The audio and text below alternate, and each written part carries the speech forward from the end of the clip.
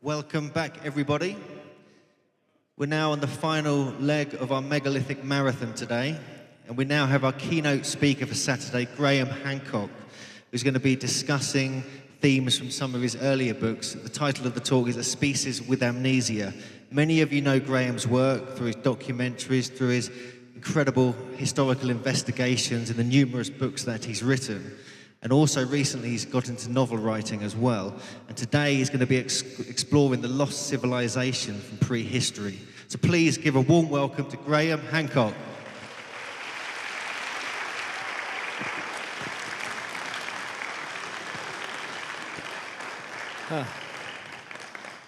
Good evening, ladies and gentlemen. Thank you all for being here. This is indeed a marathon, exhausting day. And I'll do my best not to just sort of fall over on stage, and I'm sure you guys will do your best to stay awake back there. One of the good things about being last is I can go on a little bit longer. I've got an hour, but you know, I think maybe 2 or 3 hours might do it. I'll do my best to keep it tight. I've been involved in these mysteries for more than 20 years. I've had the incredible privilege and opportunity to explore and experience some of the most majestic monuments left for us to puzzle over by our ancestors. In all my travels and all my adventures, I've been accompanied and buoyed up by the presence of my wonderful, wonderful wife, Santha, who is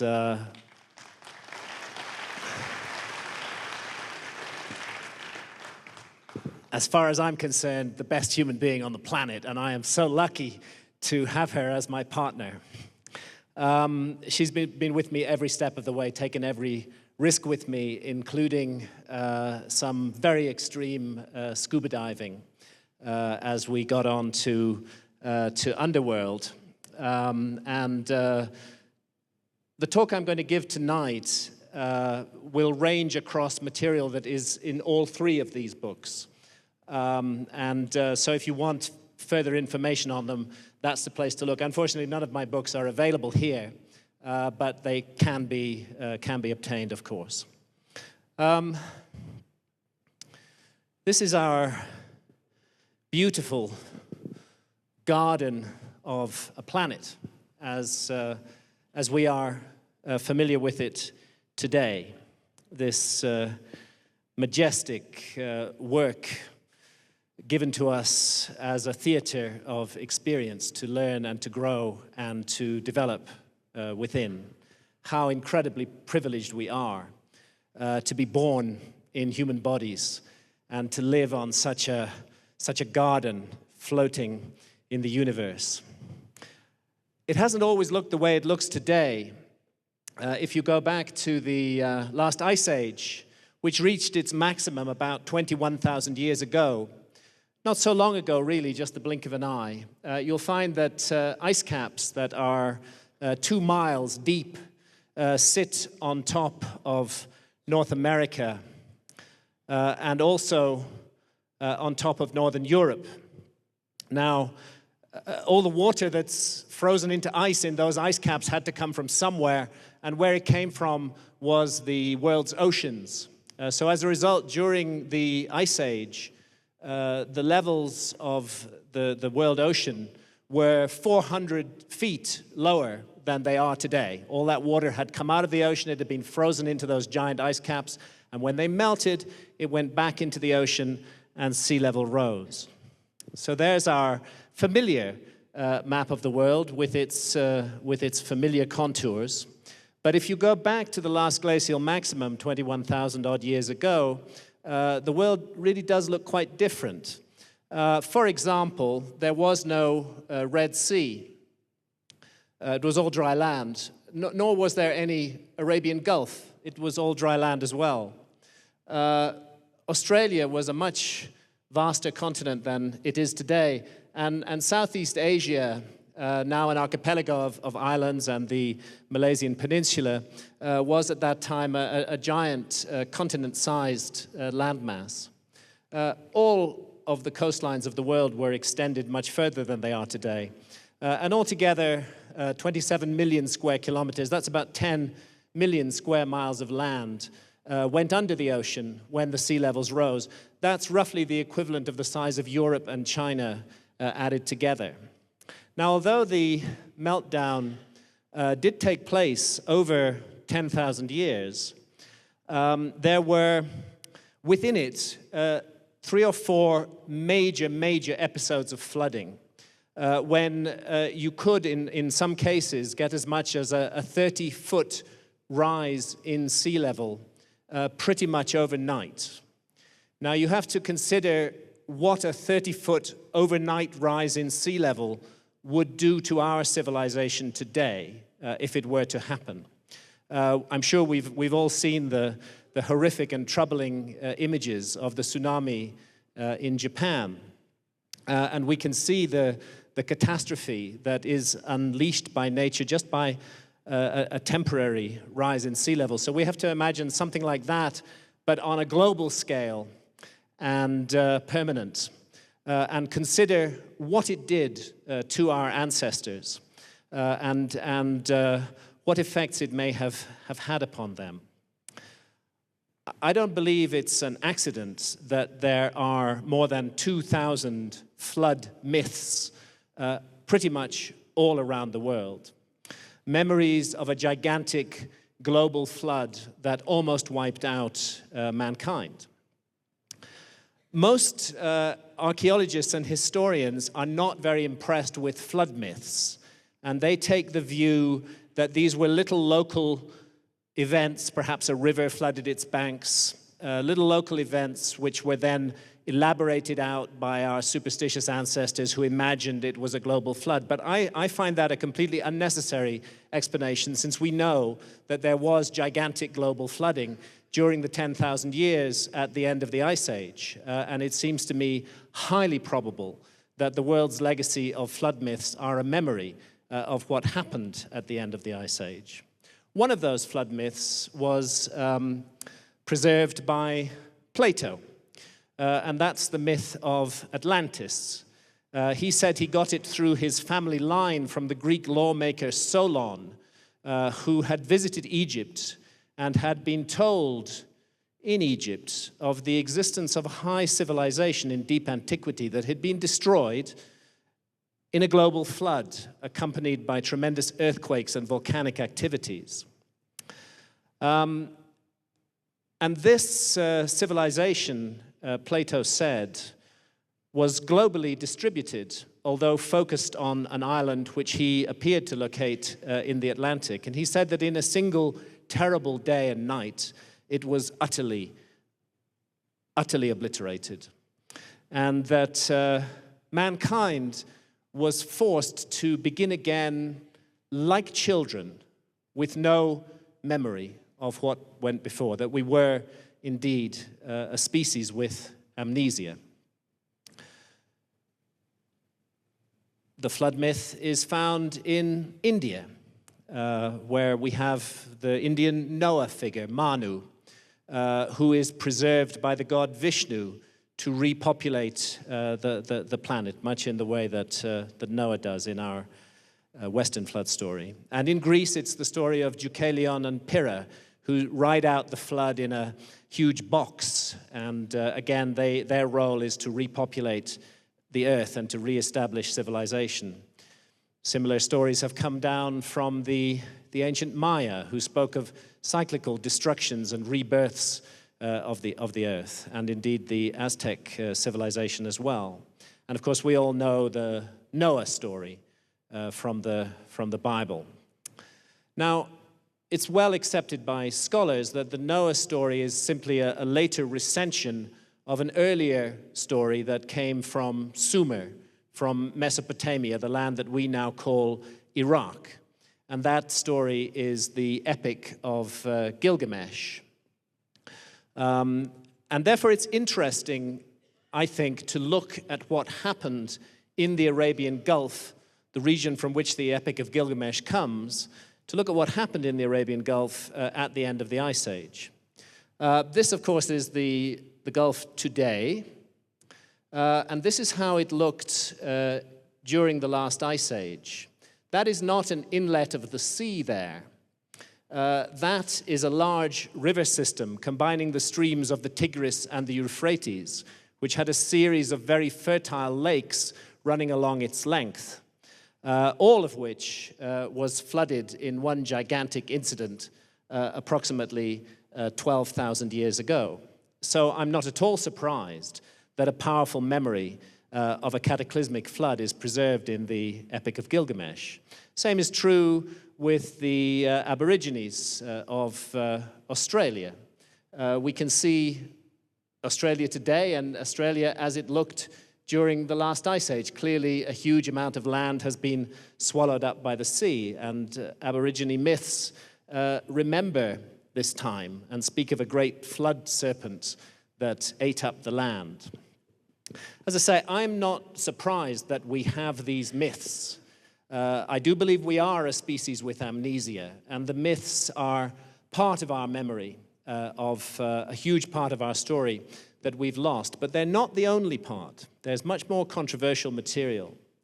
And that controversial material, some of it, is contained in ancient maps. And these maps suggest a level of technology and science that was far beyond the period in which they were derived. And before I go in more detail into the maps, I want to make clear that very often what we're looking at here are maps that were copied in the 15th, 14th, 15th, 16th centuries from earlier source maps. And those earlier source maps have now been lost to us. We have the latest copies of them. And often those copies were adulterated by the copyists based on what they were learning about the world during the era of exploration. Sometimes they would impose what they thought was new knowledge on the old map and mix things up a little bit. Now, if you go back to the Dark Ages, 7th century and so on, this represents the standard of map-making technology at that time. These are called TO maps because of the T shape in the middle and the O shape around the outside. They're actually quite beautiful maps, but you would never wish to use them for navigation because they're completely useless for that purpose, although very nice for hanging on the wall. In these maps, east is oriented up, so this is the east side here, this is west. This is actually the Mediterranean Sea. This is Spain, and here's the Holy Land at the center of the world, as it were. So these are the TO maps, and that was the standard of maps that were being used 7th, 8th, 9th, 10th, 11th century. But then, during the Crusades, something happened. It seems that a whole archive of other maps were released into general circulation and began to be copied. And at the same time, the maps of Claudius Ptolemy, who taught at the Library of Alexandria, which had been preserved in monasteries, were rediscovered and became the basis for the Ptolemaic cartographic tradition, reawakened in the year 1295. The other category of maps that appeared at that time are the so-called Portolan maps. And these Portolan maps are a real mystery. They are really incredibly accurate in terms of not only latitude, which really any culture can figure out, but longitude as well, which our civilization didn't crack the problem of longitude until the end of the 18th century. That's why before that, ships were constantly sailing into coastlines unexpectedly because they didn't know how far east or west of a particular point they were. But these maps, which began to enter circulation in the 1300s, probably from Constantinople, which in turn had probably received them from the Library of Alexandria, contain incredibly accurate latitudes and longitudes, spot on accurate as today's map. So it's quite difficult to see on this ancient map, but this is Italy here. We're looking at the Mediterranean. Very often you find that these maps do focus on the Mediterranean because that was an area of great interest to mariners at that time.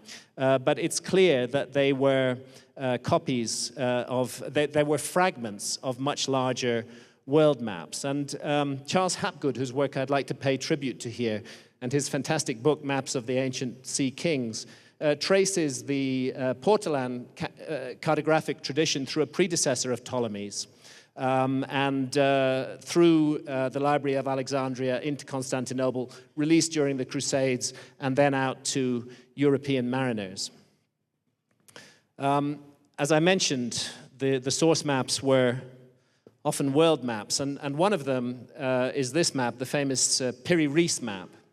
The bit that survived of this map is only the bit that shows the east coast of South America and the west coast of Africa. It was originally a world map, the other bits are lost. And in his own handwriting on the map maker, Admiral Piri-Reis, who was a Turkish admiral, tells us that he had based his map on more than 100 older maps, none of which have come down to us.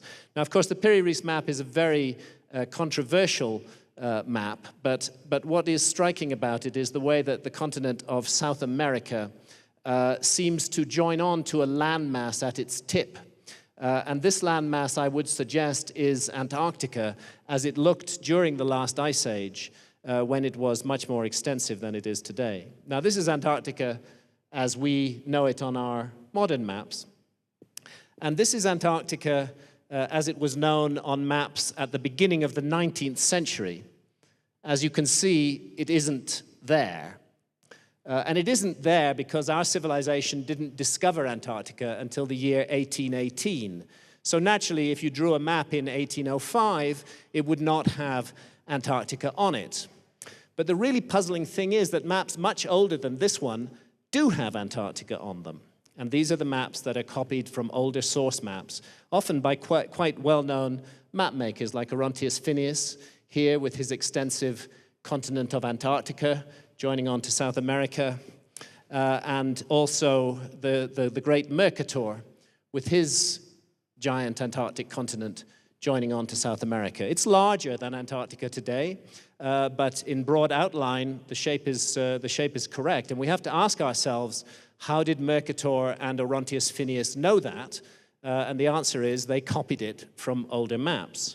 You can go into many details on these maps. For example, a Ptolemaic map from 1513 shows a little island lying off the west coast of Ireland. And this island is labeled High Brazil. And I know of a couple of expeditions that were sent out from Bristol, which is quite near where I live in Bath in the UK, to look for High Brazil.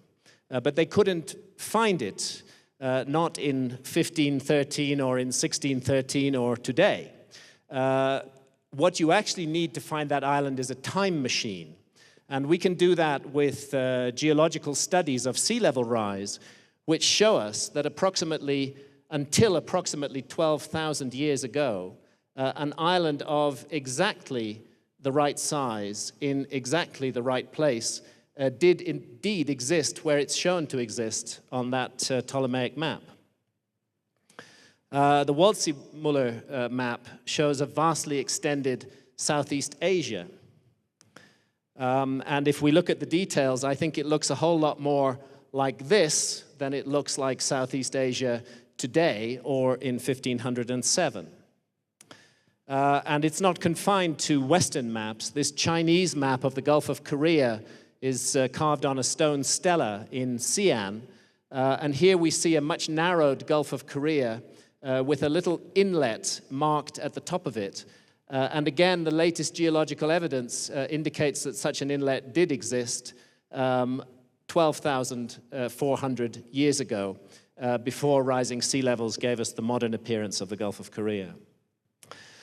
These two islands on this Portolan map from 1424 are really interesting. They're positioned by the mapmaker in the Atlantic Ocean, and they've given rise to many suggestions that these must have been the islands of Atlantis.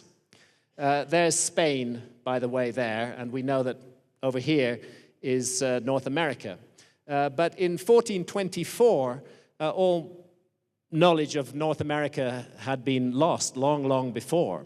And people thought that if you sailed west from Europe, you would come eventually to China. That there was nothing in the way. That was the belief at the time. That's what Columbus believed. When he sailed west from Europe, he believed that he was going to come to Japan and China. And Professor Robert Fuson of the University of Florida has demonstrated really beyond a shadow of a doubt that actually these two islands are the misplaced islands of Japan and Taiwan. Located west of Spain, where at that time the prejudice was that they would find the coast of Asia over here. So actually what the map maker has done is he's mixed up information from what he thought was true and what he found on the ancient map, and he's placed Japan and Taiwan in the Atlantic Ocean. But the really interesting thing is, when are these maps of Japan and Taiwan? Are they maps of Japan and Taiwan in the 16th century, or are they something else altogether? And again, we need to resort to geology to solve this problem. And we can see here what happened to the island of Taiwan during the meltdown of the Ice Age. Here it is today, and here it is deep in the last Ice Age, when it was physically joined to the mainland of China, as indeed the government of China would no doubt wish it still to be today. And then we gradually see it separating off from the mainland as sea level rises. And 12,400 years ago, we find that a little island, which no longer exists, was placed here between Taiwan and China. So if we look at the map on the Pisigano chart, the map of Antillia, and compare it, we can see that it also has a little island lying to the west of it called Yamana. And if you overlay the two, you can see the similarities quite strong, but particularly the existence of that little island to the west, which is only known to us today because of the latest geological work on sea level rise. What's it doing on a map from the 15th century? The other island, Satanase, is Japan, but not Japan as we know it today. Honshu, Kyushu, and Shikoku are Honshu, Shikoku, and Kyushu are all separate islands today. But during the last ice age, they were all one island because sea level was much lower. And what's intriguing on this map of Satanase is that an inlet is depicted exactly where an inlet existed 12,400 years ago. And up here, this bay is also depicted exactly as it existed 12,400 years ago. Another 2,000 or 3,000 years, and that would become the island of Shikoku. But as it's depicted on this map, it's showing us Japan as it looked 12,400 years ago. So here's a general summary of the situation in East Asia during the Ice Age, the greatly extended coastlines, and we've been through the story of Taiwan. So that's why Santa and I were really intrigued when we were approached by people in Taiwan who told us that they'd discovered a huge structure underwater between Taiwan and China in exactly the area where that lost island once existed. And this is the diver who found it, Steve Shea. We went out and joined him on a series of dives on this enormous underwater wall, complete with battlements that lies beneath the sea between Taiwan and China, with a curious patio in front of it.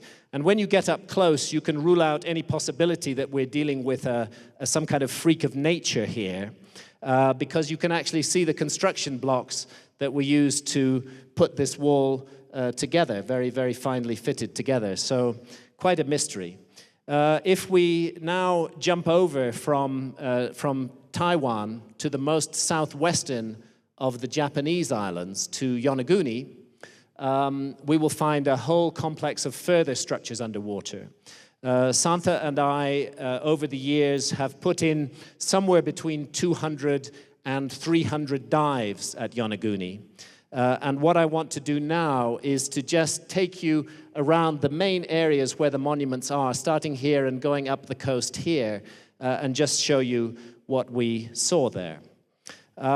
Starting at the west side of the system of monuments, we have this curved roadway between two parallel walls. Another view of it here, you can see that there's some rather interesting blocks off to the side. It's a beautiful curved roadway and two parallel walls. Let's now swim over in this direction, swimming to the east, and I'm coming here to a tunnel, and I'm going to swim through that tunnel, and I want to show you what the inside of that tunnel looks like. That's what it looks like, with two giant megalithic blocks on each side placed on top of each other. When you get to the end of the tunnel, you find yourself looking at these parallel megaliths, which are slotted into the side of a rocky outcrop here. And if you were to believe the geologists who can't dive and who've never been to Yonaguni, you would be asked to believe that these had fallen from a cliff above perfectly into position there. The fact that there is no cliff above that point doesn't seem to deter the geologists in this explanation. It's an awesome place to dive. I've been to a great many sacred sites, and I feel very strongly when I'm diving at Yonaguni that I am witnessing an amazing sacred site that was submerged more than 12,000 years ago. Now here we have a huge rocky outcrop running away from these two parallel blocks, and I want to bring you round here to the most famous parts of Yonaguni, which is the terraced step pyramid-like area, which faces due south. And you can see that there are very regular angles and cuts into this. It is cut out of solid rock, much in the way that the Great Sphinx is cut out of solid rock. And again, the archaeological community is virtually unanimous in saying, no nonsense, this is just a natural feature.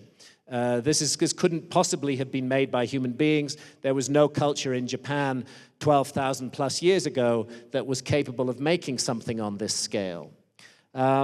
Again and again, when I hear people saying this, there are people either who are very poor divers, who've put in 1 or 2 dives at Yonaguni, or they're people who've never dived there at all. Anybody who really works extensively on these sites begins to get a different opinion. So the theory of geologists as to how this could be natural is reasonable in itself.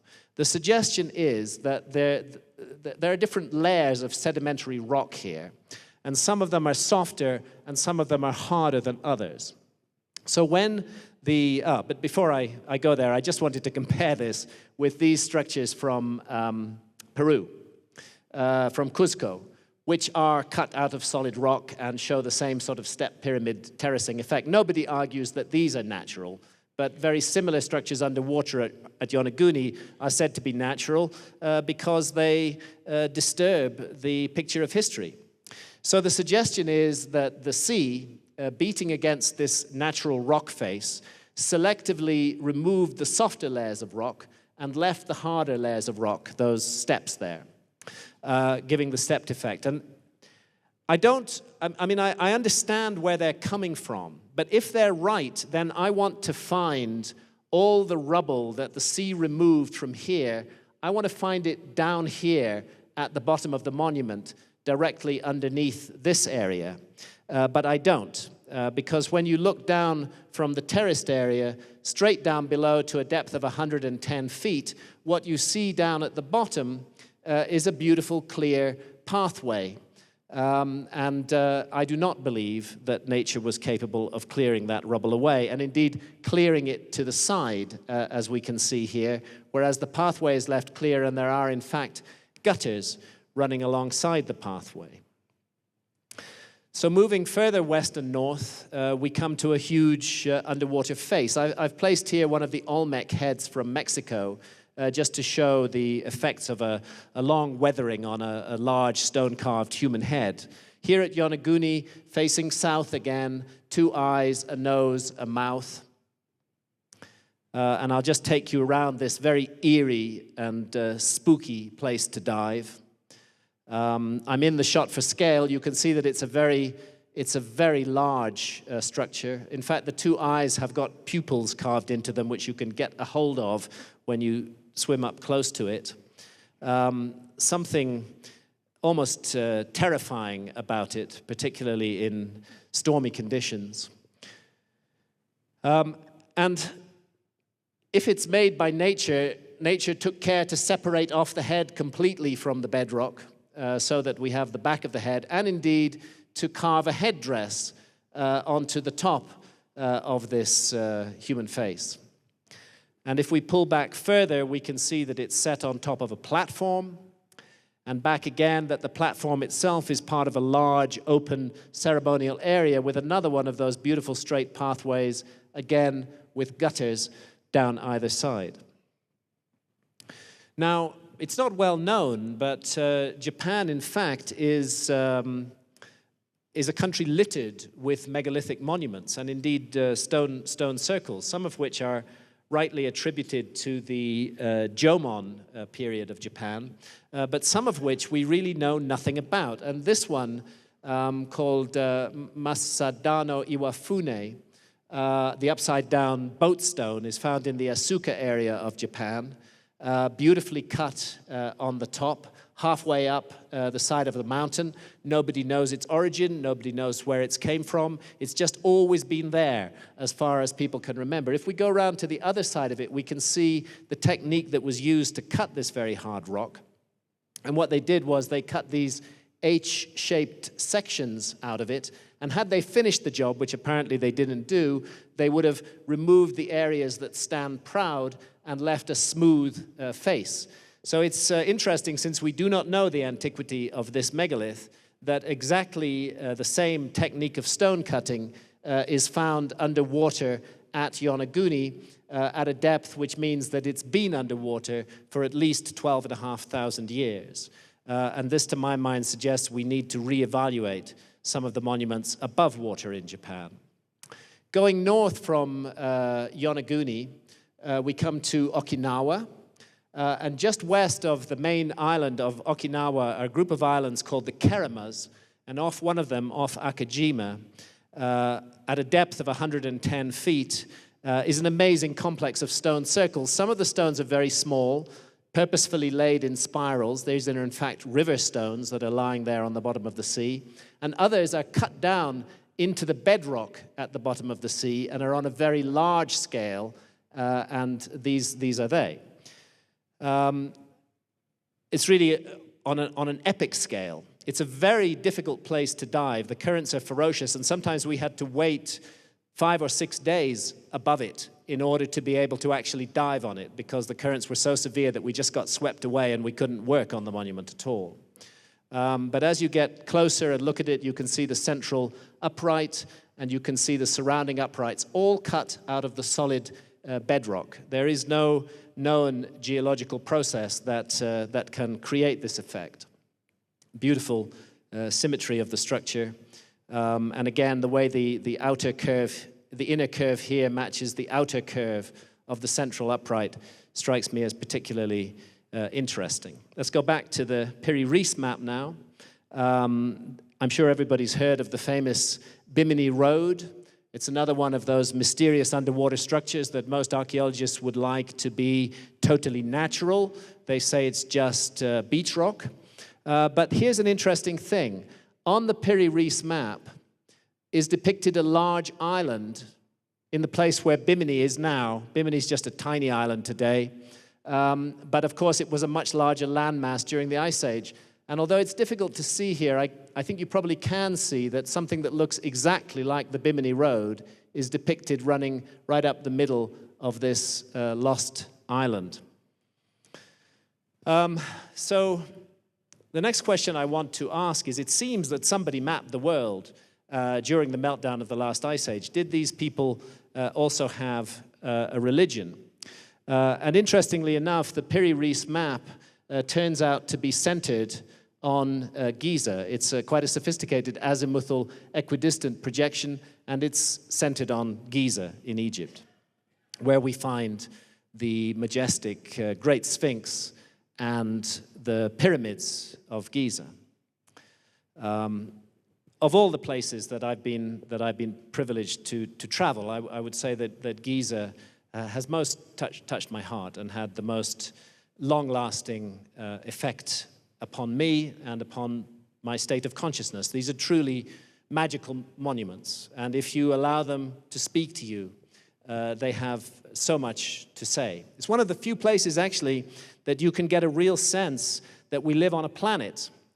You know, because if you place yourself at the base of one of the pyramids and adjust things so that a star is directly overhead and just stand there for 10 minutes, you'll just sense the earth rolling, and that star will shift away from the apex of the pyramid. There's a tremendous sense of connection between sky and ground at Giza, and it is indeed as though 3 stars have been brought down to earth. And speaking of stars, we shouldn't then be surprised to find that the Great Pyramid of Giza is aligned to true north, south, east, and west with stunning accuracy. The error off true north is just 3/60ths of a single degree. This astonishing precision in a prehistoric monument on this gigantic scale. It is a precision that we could achieve today, but any architect would ask the client, okay, you want to build a 6 million ton monument, but really, are you sure you want it aligned to within 3/60ths of a degree of true north? Because if you want that, then it's just going to cost you a whole lot more to make it. Very, very difficult thing to do. We can make you a big, fantastic monument, but please don't make us align it perfectly to true north.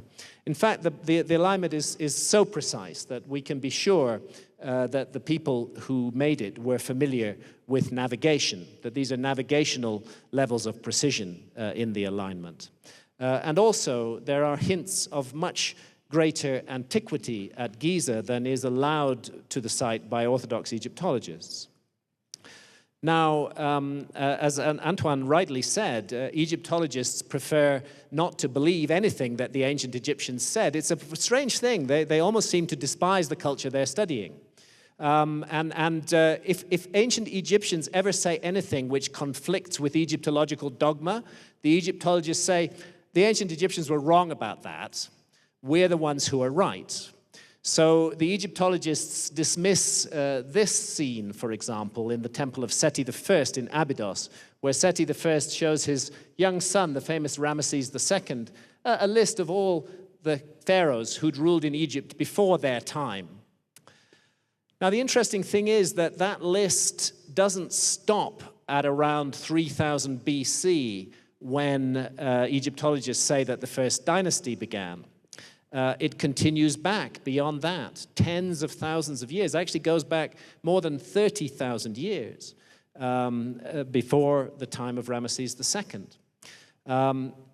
Right back to what the ancient Egyptians call Zep Tepi, the first time, the time of the gods, when Osiris ruled in Egypt. And here from the tomb of Seti I, we see Osiris on his boat of stars, showing the way forward to the Horus, to the followers of Horus, who will be responsible for carrying the Osirian religious tradition down through the future.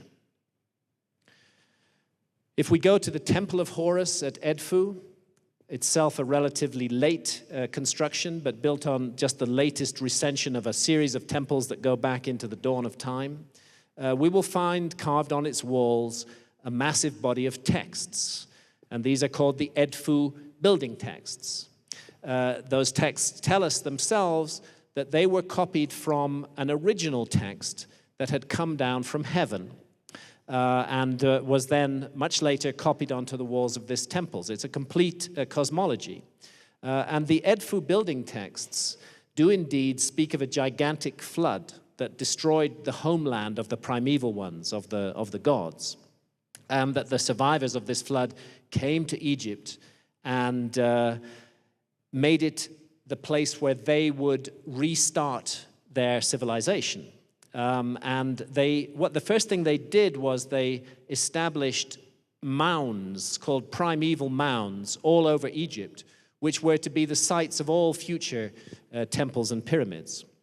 Of course, Egypt today we're looking at a culture that has 3,000 years of known history, from 3000 BC to around the time of Christ, and monuments within that period are all built around and on top of one another. It's an incredible mix-up, but some of the monuments that are attributed to the historic period, like this one, the Osirion, very near that temple of Seti I in Abydos, but 50 feet lower, had to be excavated from under the ground, I do strongly feel have been wrongly dated, and that these gigantic megalithic structures belong to an earlier period of construction in Egypt, indeed to the time of the gods. And here are just another view of this amazing Osirion that we find at Abydos. And of course, I won't go into detail in the work of John Anthony West and Robert Schoch on the geology of the Sphinx, but they really did stir things up back in the early 1990s when they showed that precipitation-induced weathering, weathering caused by exposure to thousands of years of heavy rainfall, is the only thing that can account for this very distinctive style of weathering in the trench that surrounds the Sphinx, and originally on the body of the Sphinx too, but it's been constantly restored. Indeed, the Sphinx was being restored, and we have historical records to prove this, in the time of Pharaoh Khafre, who is supposed to have built the Sphinx. So if he built it, how come it was also being restored during his reign? The suggestion is that the Sphinx stood on the Giza Plateau during a long period of heavy rainfall. And such rains have never fallen in Egypt since 3000 BC. You have to go back to the Neolithic subpluvial, the end of the Ice Age, 10,000 years ago or more, to find the kind of rains in Egypt that could have caused this distinctive weathering pattern.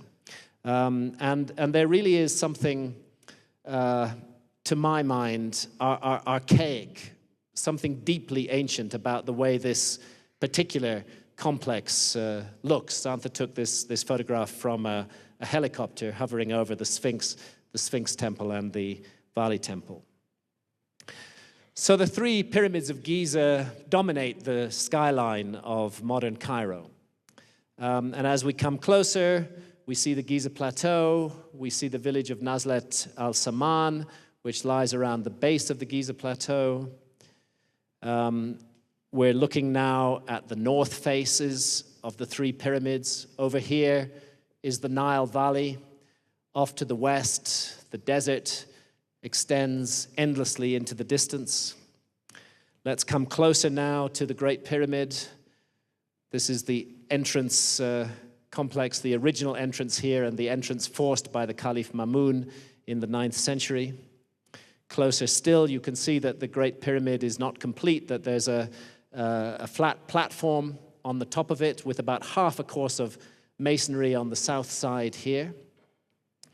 And closer still, Graham Hancock, a much younger man, standing on top of the Great Pyramid in roughly 1996. That was one of 5 climbs of the Great Pyramid that I was privileged to make, 3 of which were illegal and 2 of which were legal. The legal climb, you have to pull a lot of strings, then you have to sign a piece of paper at the bottom of the pyramid which says that in the event of your death, your heirs will not hold the government of Egypt responsible. But actually, the illegal climbs are much more fun. Up here on top of the Great Pyramid, that's the second pyramid, the Pyramid of Khafre behind me, you can see in these slabs at the top of the Great Pyramid lots of graffiti carved here. As a matter of fact, that map maker, 16th century map maker Mercator, he carved his graffiti on top of the Great Pyramid. It's still there.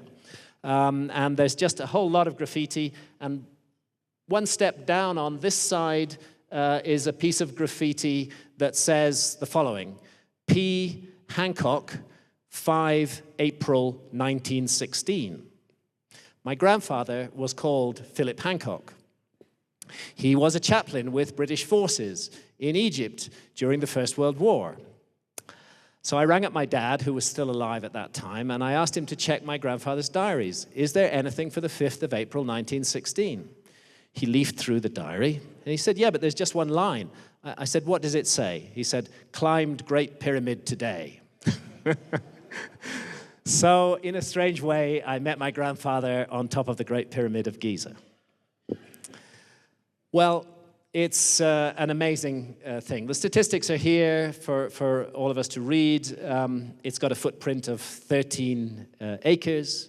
It's 481 feet high. It weighs 6 million tons. There were once 115,000 shaped casing blocks that went all around it, each weighing 10 tons each, but were knocked off during an earthquake in the early 14th century.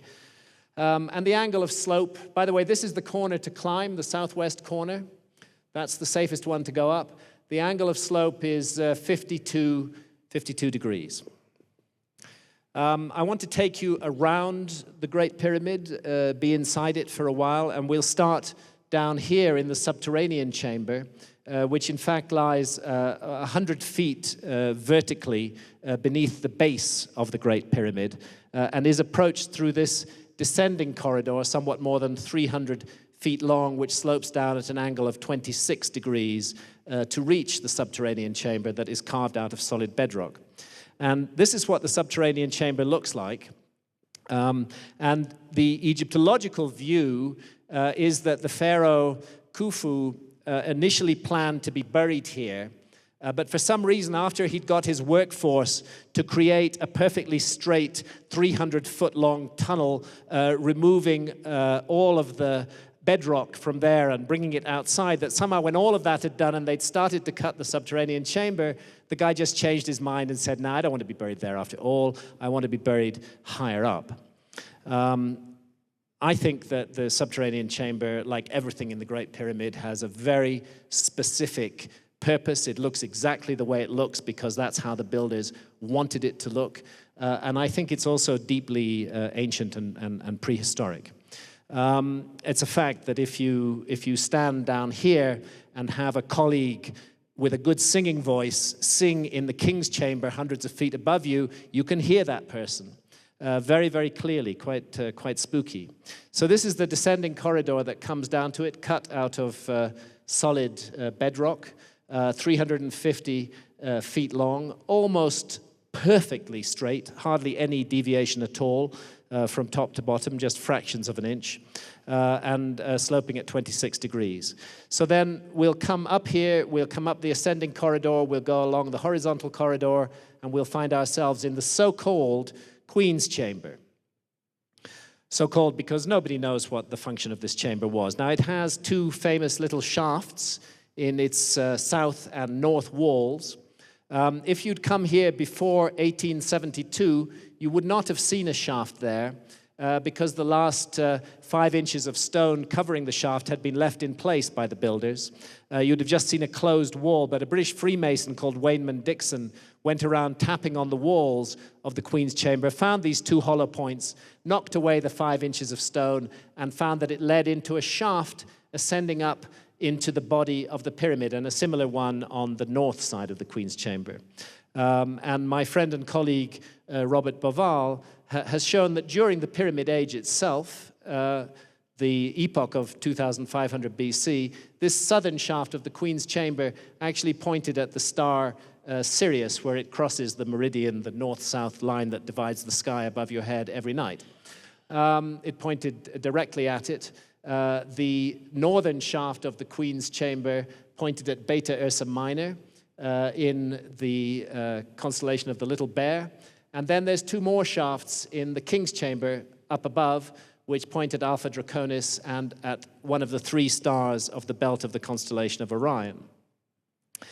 A German robotics engineer back in 1993 explored the southern shaft of the Queen's Chamber. He sent up the little robot with a camera attached to it, because these shafts are only about that wide and that high. No human being is going to get in there. And 165 feet up the shaft, the robot came to this door with 2 metal handles blocking the shaft.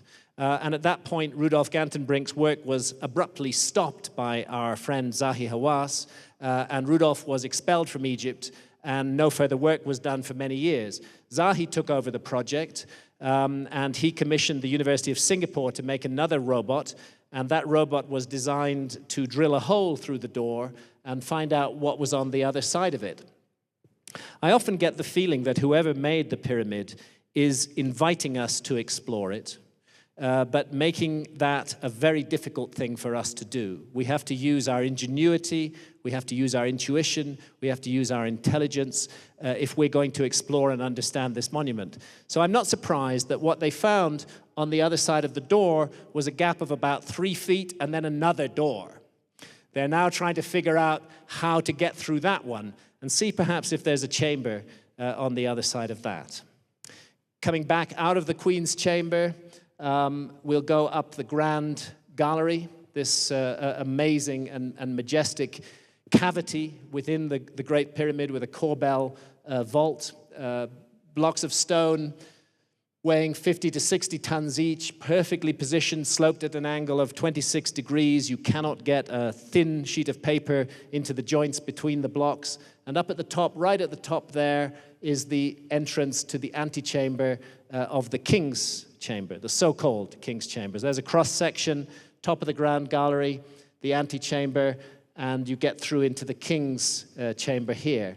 And above it are 1, 2, 3, 4, 5 other chambers, which were rediscovered in the 19th century by a tremendous vandal called Howard Vyse, a British explorer who went around using explosives all over the Great Pyramid. He blew a huge gash into the south face of the Great Pyramid, and he also opened up here, right at the top of the Grand Gallery, a hole which actually turned out to lead into a tunnel system and led to these chambers up above the King's Chamber. And we'll go and have a look at those in a minute. Here's the King's Chamber itself. It's an incredible geometrical construction. It consists of granite blocks, 100 granite blocks, all of which was brought from Aswan, 500 miles to the south. The rest of the pyramid is limestone. You can see one of those shafts in the northern wall there. The sarcophagus in it, which is the only reason really for anybody to conclude that this was a tomb. Of course, it was not a tomb, and a sarcophagus may have another function altogether than that of burying a pharaoh, perhaps a ritual function. It's 17 feet 2 inches from east to west, 34 feet 4 feet 4 inches from east to west, 17 feet 2 from north to south, perfect 2x1 rectangle, 19.1 feet high, and that ceiling has got 9 50-ton granite blocks in it. There's an interesting similarity between what's called the Jed pillar, a symbol of the resurrection of Osiris, and the design of this chamber system. And if we go into the chamber system, go right up to the top chamber, we can see lots more graffiti from 1915 there, Sister M.J. Martin, 6th of February 1915. And over on this wall, that's my daughter Layla, by the way. We were up there filming. That's one of those 50-ton granite blocks that she's sitting on. Up on this wall, there's lots more modern graffiti, but there's also some ancient graffiti. And that's the other reason, the only basis that Egyptologists have to attribute this monument to Khufu, is that up there in that hidden chamber is this piece of graffiti which more or less says the name Khufu in ancient Egyptian hieroglyphs. There is a really strong case to be made that that graffiti is forged, and that it was forged by Howard Vyse himself. It contains a grammatical error that was only present in Egyptology textbooks from that period. There are, however, and it's important to stress this, there is ancient graffiti in that chamber that's genuine, which disappears back between the joints, in joints between the blocks. If you shine powerful lights in there, you can see that this strange writing goes far back to a point where no forger could ever reach. But this area in plain view, I believe it's highly likely that it was forged by Howard Vyse, who was desperate for a discovery, and he was able then to declare, I have found and proved that this is the Pyramid of Khufu. He got a lot of money for that. But this is the only statue of Khufu that's survived. It's about that high. He clearly was not a man with a giant ego. He did not inscribe his name anywhere else within the Great Pyramid, and obviously this is a problem. However, if you go to pyramids of the 5th and 6th dynasties at Saqqara, you will find an enormous amount of texts carved on the walls. Santa took this deliberately as a double exposure. There's the Great Pyramid of Giza in the background, and here's the chamber of the Pyramid of Unas, 5th dynasty pharaoh at Saqqara, which has the so-called pyramid texts carved on its walls. And I often think that these texts perhaps should be regarded as the software to the hardware that we see back here in the form of the Great Pyramid of Giza. And a close-up on some of these pyramid texts, very, very beautiful hieroglyphs carved into the walls, part of a very ancient body of liturgy. The pyramid texts are the oldest. We have the coffin texts, so-called because they are painted inside the coffins of the dead.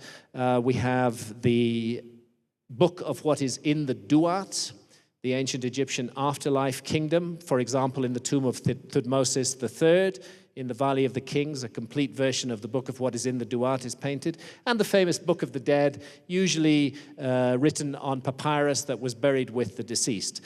Actually, these are all one set of scriptures. They're just later recensions of the same ideas, which go on being explored and explored and explored through the whole 3,000 years of known Egyptian history.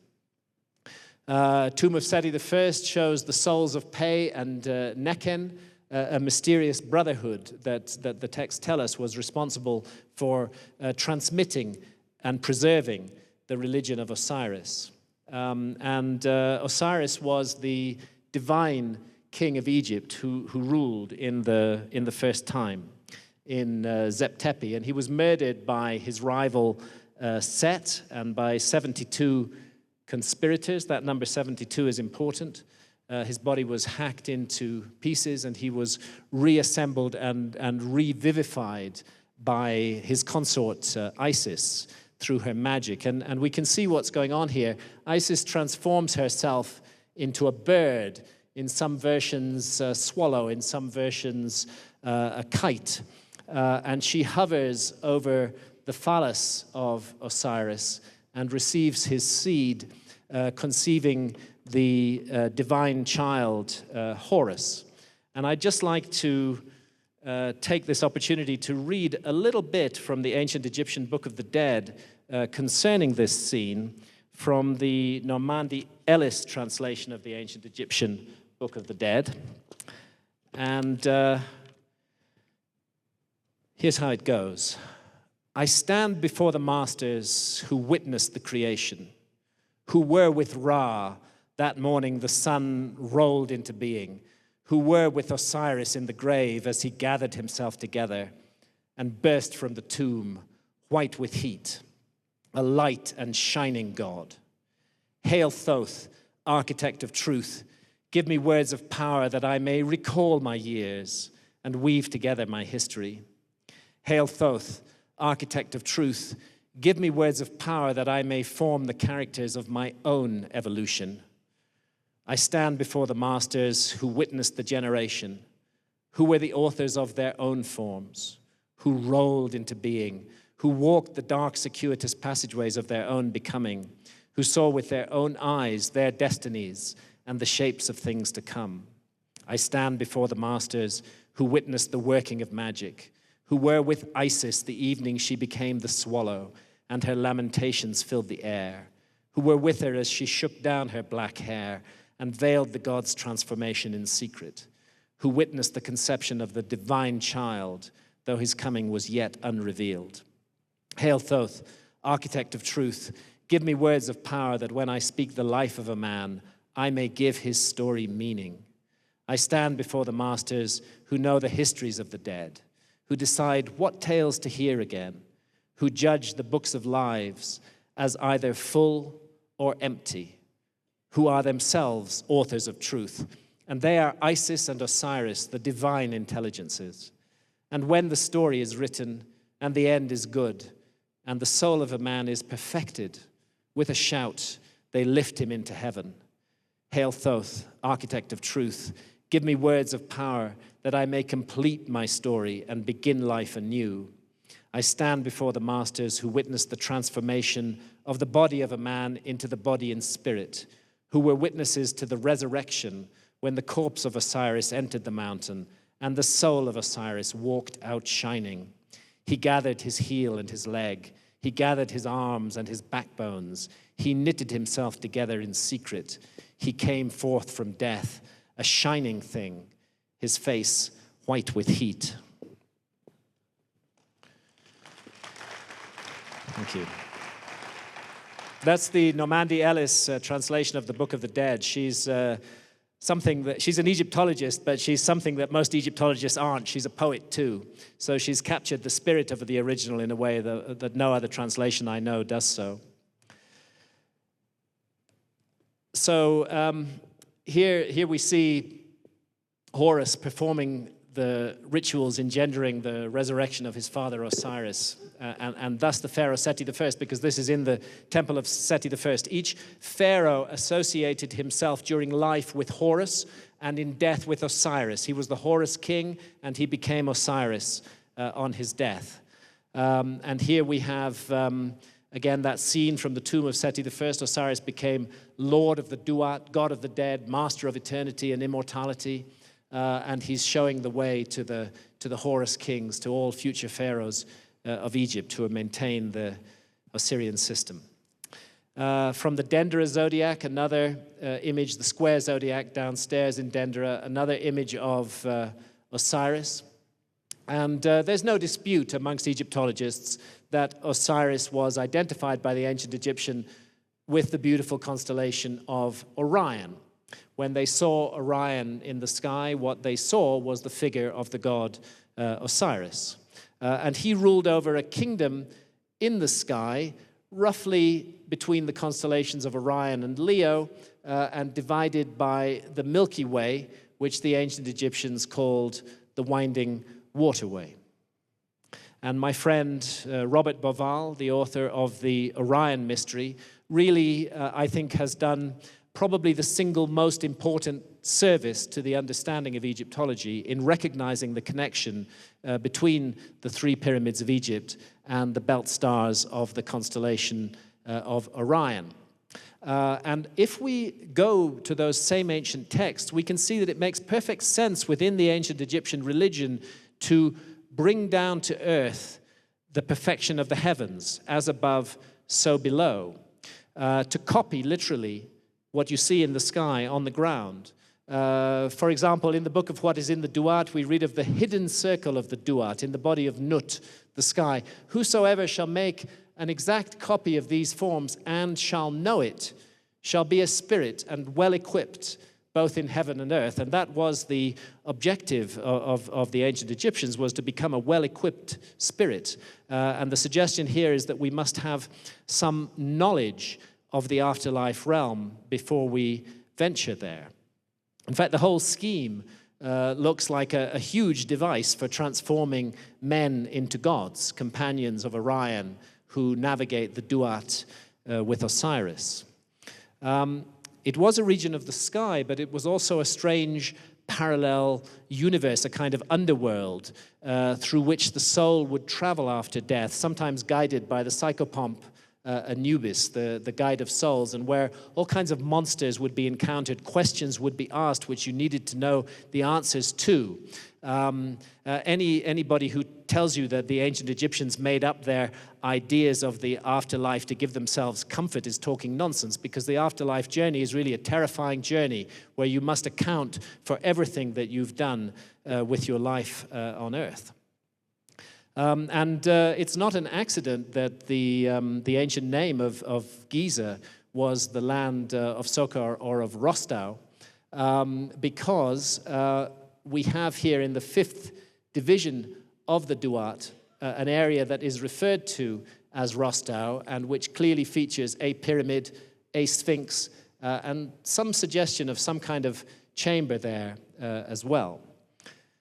And if we look at paintings of the Book of What is in the Duat in the Valley of the Kings, for example, we can see that many of the features of the Great Pyramid are replicated there. The Grand Gallery, these narrow corridors and passageways, and of course that boat. And boats were indeed used for the navigation of the Duat. So to me, this makes a lot of sense as to why we find a large boat buried beside the Great Pyramid. And really, there are many, many parallels here. And I would suggest that this room, the King's Chamber, served the function of the Judgment Hall of Osiris, or also known as the Hall of Ma'at. And we can see that scene depicted here at Deir al-Medina. The deceased pharaoh is ushered into the Judgment Hall of Osiris. As I say, it's also called the Hall of Ma'at. Ma'at was the goddess of truth and cosmic justice. Her symbol is the feather that we see mounted here on her head. And prominently, these scales in which the heart of the deceased is weighed against the feather of Ma'at. And the objective, really important objective, would be that your heart should not be heavy with sin to outweigh that feather, that there should be balance in the scales, and that you should have lived your life in such a way that when you come to this moment, you're able to answer the questions that will be asked of you and justify your life. Up here, we see the 42 assessors in the Judgment Hall of Osiris. Each one of them will ask the deceased a question. All of the 10 commandments are there, but in negative form. Did you kill? Did you steal? Did you take the names of the gods in vain? And so on and so forth. They're all there, and 32 others as well. And ideally, you should be able to answer no to each one of those questions. Of course, we're all frail, we're all human. Most of us could not answer no to all of the 42 questions. But something else is going on here as well. It seems that in the judgment scene, it's necessary to have lived a moral and true life. But that's not sufficient on its own. There has to be something else as well. If your heart is heavy with sin, if you have spent your life infringing on the sovereignty of others, if you have spent your life causing misery and pain and destruction and disaster, then this is the fellow who will await you. He's called Amit, the eater of the dead, part hippopotamus, part crocodile, part lion.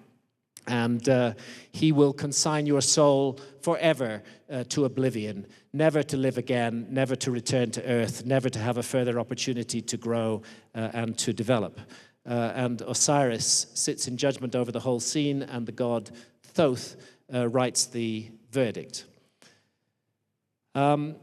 It was called the weighing of words, and to cut a long story short, the suggestion that I would make about this is that the fundamental question beyond living a good life that's being asked of you is you were given an incredible opportunity to be born in a human body.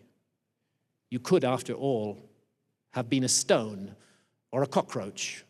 You were born in a human body with this incredible brain, this incredible ability to learn and to grow and to develop, to create, to imagine. What did you do with that gift? Did you use it well, or did you waste it? Better not have wasted it in this scene. And I'm reminded also of a comment on the Tibetan Book of the Dead, which has much to do with the ancient Egyptian Book of the Dead, and that is that meditation, love, ethics, none of these alone can bring about enlightenment without wisdom. So, a very powerful scene. And the ultimate objective was that the whole of life was preparing for this moment, and that one's ultimate destiny would be to become a star in the sky and to live the life of millions of years and to shed light and creation throughout the universe. So I'm suggesting that the monuments of Giza formed a sacred landscape in which a kind of simulator for the afterlife journey, in which preparations could be made, and one would enter this afterlife experience aware, prepared, ready for the difficulties that one would confront. And there really are astonishing similarities with the Tibetan Book of the Dead, which I will not go into further here. So I think we're looking at an ancient spiritual system that celebrated and nurtured the gift of life, and that sought immortal life, but did not take it for granted. And what we're looking at here is the gift of life, of Ankh, eternal life, being given here by Isis to the pharaoh Seti I. If you ask the ancient Egyptians where this religious system came from, they said it came down from the time of the gods, from Zep Tepi. And actually clues as to when this Zep Tepi was are embedded in the architecture at Giza. And by the way, Santa took this photograph at dawn on the spring equinox. You can see the second pyramid. The photo was taken from the top of the Great Pyramid. You can see the second pyramid acting as a huge gnomon and casting its shadow due west into the desert as the sun rises due east on the spring equinox. Most Egyptologists will agree that the ancient Egyptians had some knowledge of astronomy. After all, there are stars everywhere on the ceilings of the tombs. Here from the second shrine of Tutankhamun, we see the initiate joined to a star in the sky through the third eye. It's hard to think of an image that better sums up the ancient Egyptian love affair with the stars than this image. We need to have a knowledge of precession of the equinoxes to understand what is happening next. And of course, the Egyptologists don't accept that despite the fact that the ancient Egyptians were avid star watchers for thousands of years, they don't accept that they could have known about the precession of the equinoxes, which is thought to be caused by the pull of the sun and the moon on our planet, and it causes an actual wobble on the axis of our planet. And since our planet is the viewing platform from which we observe the stars, naturally changes of its orientation in space change the positions or the rising times of the stars at particular times of year. It's rather like a top which you've set spinning, and as the spin begins to decay, it starts to do something like that. So the extended north pole of the Earth transcribes a huge circle in the heavens over a vast period of time.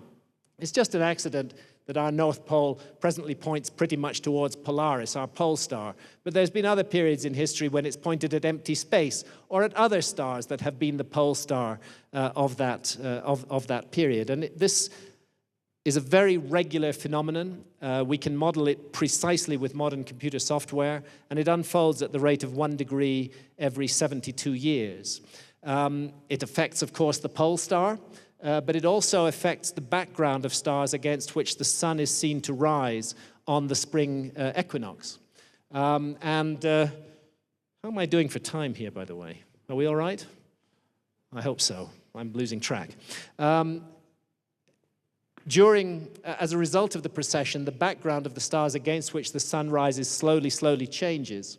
Back at the time of Christ, the sun was rising on the equinox in the constellation of Pisces. We've moved almost entirely through Pisces now, and within 100 or so years, the sun will be rising in the constellation of Aquarius on the spring equinox. That's why we live in the dawning of the age of Aquarius. And this change unfolds at the rate of 1 degree every 72 years. It's a backward motion through the zodiac. It takes 2,160 years to go through each sign of the zodiac. And the whole cycle, the great year, takes 25,920 years to unfold. Perhaps that was what's hinted at in this strange scene from the shrine of Tutankhamun. The Great Sphinx plays a key role in defining this process at Giza. And a later pharaoh, Thutmose III, who put this stela between the paws of the Sphinx, tells us that the Sphinx marks the splendid place of the first time. This photograph is taken from the Sphinx's back. That's the back of the Sphinx's head, looking east across the Nile Valley, perfectly due east, as a matter of fact. And we went back at dawn on the spring equinox for Santa to photograph it again. and you can see that the Great Sphinx is indeed perfectly aligned to the rising sun on the spring equinox. That's what it looks at. That's what the Great Sphinx is there to do, to bring together heaven and earth at that precise moment. So it's important to be clear that this precession, it doesn't change the rising place of the sun, it changes the stellar background behind the sun when it rises. It's a long, slow process back through the zodiac. 72 degrees, 72 years for 1 degree. If the Great Sphinx was built in 2500 BC, which was the age of Taurus, the logic is that it should have been in the form of a bull.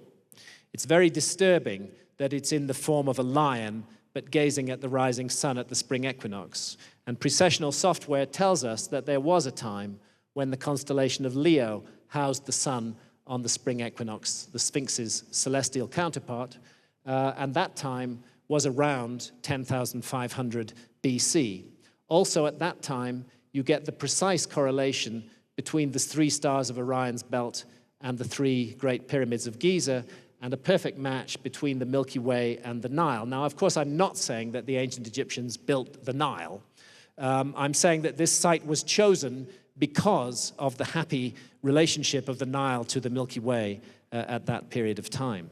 There's a very clear, using the universal language of astronomy, there's a very clear reference to a date here, and that date is around 10,500 BC. And the idea of using the stars to define dates is something we do today. It's been done at the Hoover Dam, as a matter of fact, where there's a huge piece of sculpture and a star map. And the artist responsible for the star map believed that in remote ages to come, intelligent people with knowledge of precession would be able to discern the astronomical time of the dam's dedication. And I'm suggesting that something very similar is going on at Giza. This mystery of precession is brilliantly explored in this book, Hamlet's Mill, by Professor Giorgio de Santillana of Massachusetts Institute of Technology, and Hertha von Deschend, who was professor of history of science at Frankfurt University. And what they showed is that a sequence of numbers relating to the precession of the equinoxes is preserved in myths and traditions all over the world, going back into remotest prehistory.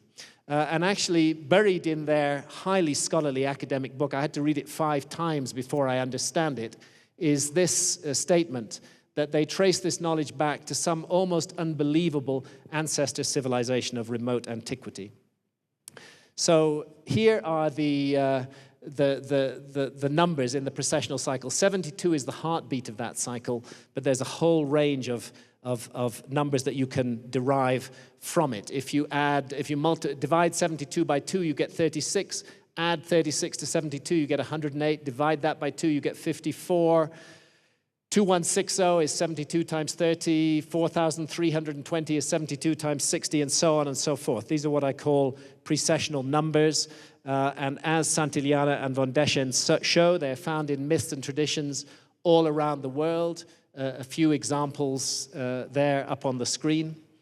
They're found in the famous Mayan calendar, which makes great use of precessional numbers. And they're found in the Great Pyramid of Giza as well. It's a simple fact. No Egyptologists dispute this. It is a fact. But they think, of course, it's a coincidence that if you take the height of the Great Pyramid and multiply it by this number, 43,200, you get the polar radius of the Earth. And if you take the equatorial circumference of the base perimeter of the Great Pyramid and multiply by the same number, you get the equatorial circumference of the Earth. So the dimensions of the Earth are encoded in the Great Pyramid on a scale of 1 to 43,200. And if that was some random number like 57,820, I'd be less excited. But because it's one of those precessional numbers that are found in myths all around the world, I think we have to accept that this is the deliberate intention. Moving on from there, if at the moment the prime meridian of the Earth runs through Greenwich for historical reasons, but if you reset the prime meridian at Giza, a number of relationships that are hidden in the present setup immediately become clear. For example, Angkor Wat in Cambodia lies exactly 72 degrees of longitude east of Giza, one of those precessional numbers. And if we go to Angkor, which by the way means life to the Horus in ancient Egyptian, we find more pyramidal structures. Now, these structures were definitely built only about 1,000 years ago in 1150 AD, but they stand on top of much, much older structures, which stand on top of even older structures. And actually, how far back into antiquity this site goes is not yet established. Look at this amazing straight line running here through the center of the Angkor complex. We're on the eastern side here, and we're looking to the west there. It actually disappears over the horizon. And if you position yourself on the west side of the causeway, looking straight at the tip of Angkor Wat, you'll find something interesting happening on the spring equinox. As the sun starts to rise, it slowly creeps up the central tower, and then it sits right on top of the central tower. And this is the moment that this whole majestic monument was designed to capture, to bring together sky and ground on the spring equinox. And many other monuments around the world do it in different ways. The Sphinx does it. There's Angkor. Here's the pyramid of Kukulcan at Chichen Itza. You can see the head of a giant serpent carved at the bottom of the step. And you can see this shadow effect running up the wall, which creates the body of the serpent. That shadow effect only occurs at 5:20 p.m. on the spring equinox as the sun is setting. The pyramid is perfectly positioned so that it will cast this shadow and complete that serpent, another equinoctial monument. There's 72 major temples at Angkor. Processional numbers are all over the site in sculptures and in reliefs. We see here the churning of the Milky Ocean, where the serpent Vasuki is wrapped around Mount Mandara. Gods and demons pull on his body to churn the Milky Ocean, generating Amrita, the elixir of immortality, precisely the same thing that is being looked for at Giza. There's a judgment scene in this religious system, and there's Yama, the judge of the dead, depicted at Angkor, fulfilling the role of Osiris. And if we look down on the entire Angkor complex, something interesting emerges, which is that the principal temples appear to map out on the ground the constellation of Draco. And once again, they do so only perfectly in 10,500 BC, exactly the same date that the Giza monuments reflect. So we have a curious kind of three-dimensional game going on here, where shafts in the Great Pyramid point to stars in the northern sky that are mapped on the ground at Angkor, where Leo is rising in the east, Aquarius is setting in the west. Constellation of Orion is at the lowest point it will ever reach in its precessional journey. Constellation of Draco is at the highest point in its precessional journey. Jump forward from 10,500 BC to today, and we find that everything has turned around the other way. Now it's Leo that's setting in the west, and Aquarius that's rising in the east.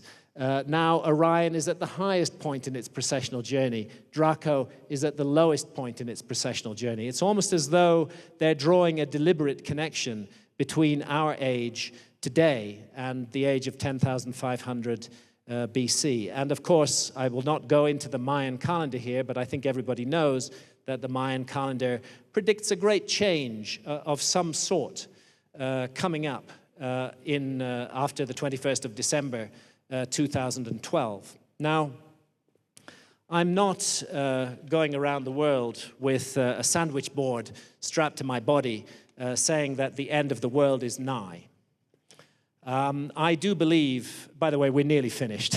I do believe that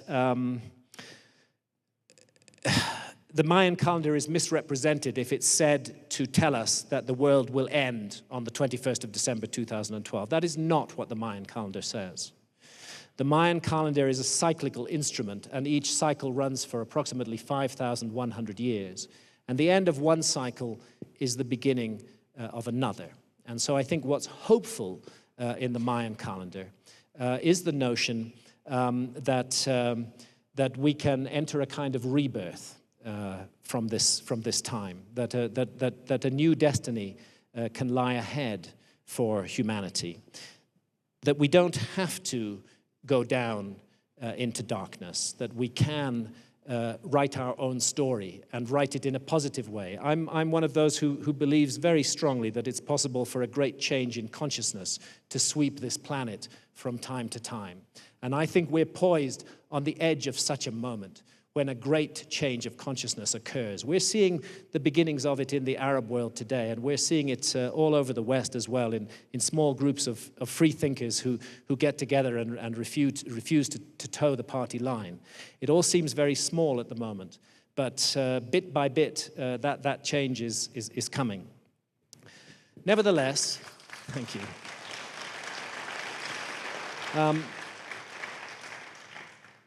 It would be also a mistake to believe that we will go through such a great change without some difficulties. This is a time of trial that we live in today. I want to just do another reading, and then I will be just about finished apart from a few closing remarks, and that's from the Hermetica, which is a group of texts attributed to the god Hermes, who was the Greek form of the ancient Egyptian wisdom god Thoth, which was set down in Greek and Latin round about the end of the ancient Egyptian story. It was taking the ancient Egyptian wisdom and transmitting it forward into the New World.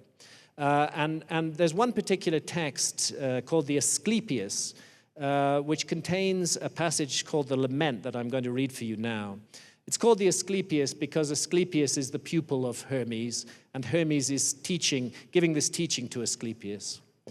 And he says, do you know, Asclepius, that Egypt is an image of heaven? Or to speak more precisely, in Egypt all the operations of the powers which rule and work in heaven are present in the earth below. In fact, it should be said that the whole cosmos dwells in this our land as in a sanctuary. And yet, since it is fitting that wise men should have knowledge of all events before they come to pass, you must not be left in ignorance of what I will now tell you. There will come a time when it will have been in vain that Egyptians have honored the Godhead with heartfelt piety and service, and all our holy worship will be fruitless and ineffectual. The gods will return from earth to heaven. Egypt will be forsaken, and the land which was once the home of religion will be left desolate, bereft of the presence of its deities. O Egypt, Egypt, of thy religion nothing will remain but an empty tale, which thine own children in time to come will not believe. Nothing will be left but graven words, and only the stones will tell of thy piety. And in that day, men will be weary of life, and they will cease to think the universe worthy of reverent wonder and worship. They will no longer love this world around us, this incomparable work of God, this glorious structure which he has built, this sum of good made up of many diverse forms, this instrument whereby the will of God operates in that which he has made, ungrudgingly favoring man's welfare, this combination and accumulation of all the manifold things that call forth the veneration, praise, and love of the beholder.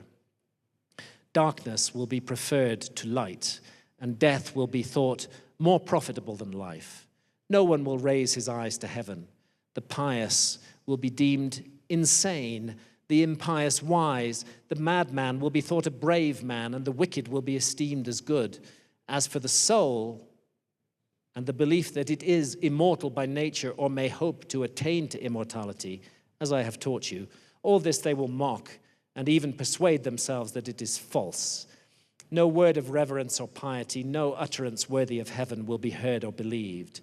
And so the gods will depart from mankind, a grievous thing, and only evil angels will remain, who will mingle with men and drive the poor wretches into all manner of reckless crime, into wars and robberies and frauds, and all things hostile to the nature of the soul.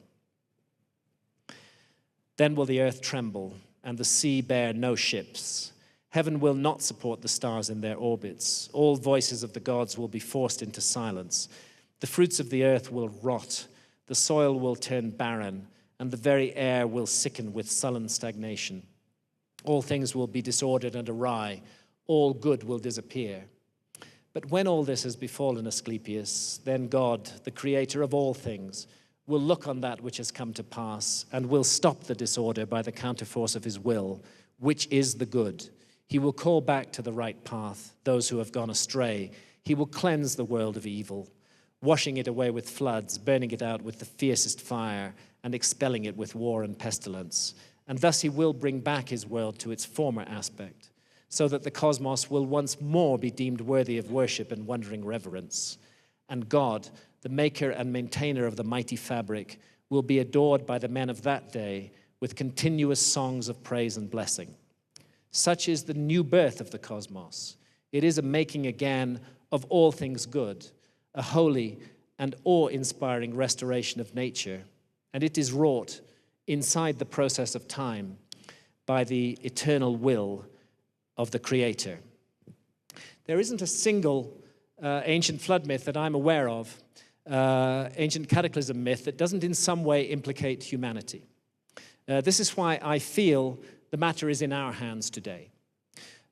We do not have to face destruction and chaos and disaster. But if we continue to invite it in by our behavior towards one another and within our own lives, then perhaps we will. It's up to us to take this choice. We stand, I do believe, at the edge of an abyss right now.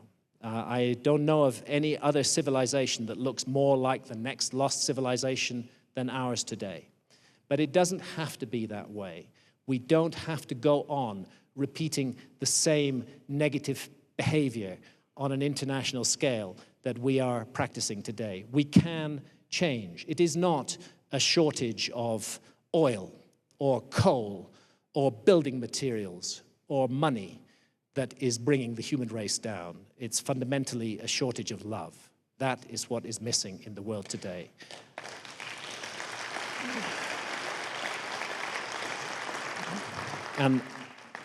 And that is what we have to bring back. It's very difficult as an individual to conceive of participating in changing the world. But what all of us can do is participating in changing who we are and in changing the immediate environment around us to be more positive and nurturing people. This is a choice we can all make. It's within our own power. Nobody can take that choice away from us. And if all of us make that choice, we will live in a better world. Thank you, ladies and gentlemen.